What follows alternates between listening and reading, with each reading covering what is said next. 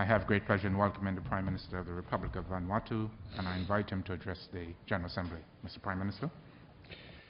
Monsieur le Président, Mr. President, Your Excellencies, distinguished delegates, ladies and gentlemen, the Republic of Vanuatu is honored to meet under your presidency, and we wish to associate ourselves with all other esteemed delegations in congratulating you and members of your Bureau on your election to lead us through this 68th session of the United Nations General Assembly.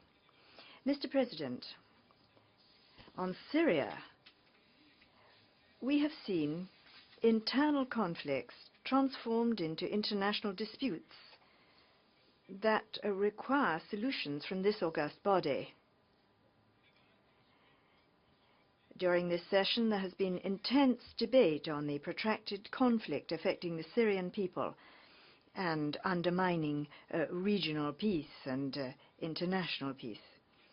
We join many other peace-loving nations to call for an end to the conflict and for the United Nations to do more strongly to enforce the international ban on the use of chemical weapons. We also urge the United States of America and the Russian Federation to take a strong leading role in the issue of Syria and in addressing the chemical weapons issue there.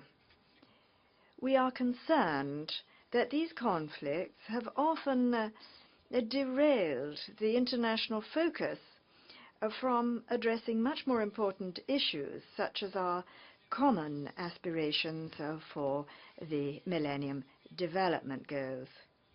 It is unfair that countries resorting to such illegitimate acts can trigger wars that cost a great deal of money, whereas the rest of the peace-loving countries and their people suffer the consequences as monies spent could be diverted to better and more effective use.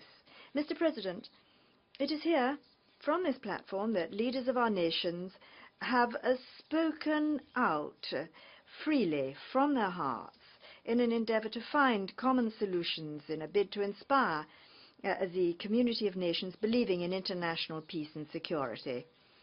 Our main objectives are to take collective decisions to address a spectrum of international issues, some of which require urgent action, such as that of climate change.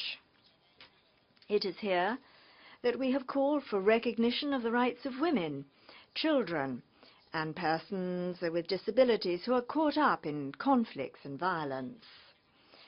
It is here, Mr. President, that we have called for help for those who have been the object of discrimination because of their color, religion, or their political convictions. For the Republic of Vanuatu, this podium is the only international platform on which, year after year since 1981, we have spoken out against colonialism and neo-imperialism in all its forms. And once again today, I stand here speaking on behalf of the entire population of our archipelago to be the voice of those who are still living in the colonized territories. We know, Mr. President, that decolonization is still incomplete. Yet we have seen that the Special Committee on Decolonization is taking more and more positive steps in its 2013 sessions and is recognizing the inalienable right of French Polynesia to self-determination. We also applaud the work of the committee in maintaining discussion and dialogue on the question of New Caledonia. Let me, at this juncture, thank the government of France for their cooperation in moving the decolonization process forward. It is important to continue this dialogue with the clear aim of helping the Kanaki people to attain their independence. With the greatest possible respect, I encourage all parties to ensure that the process to achieve freedom shall remain on track. We, in the Melanesian Spearhead Group, are appreciative of the work of the Kanak and Seychelles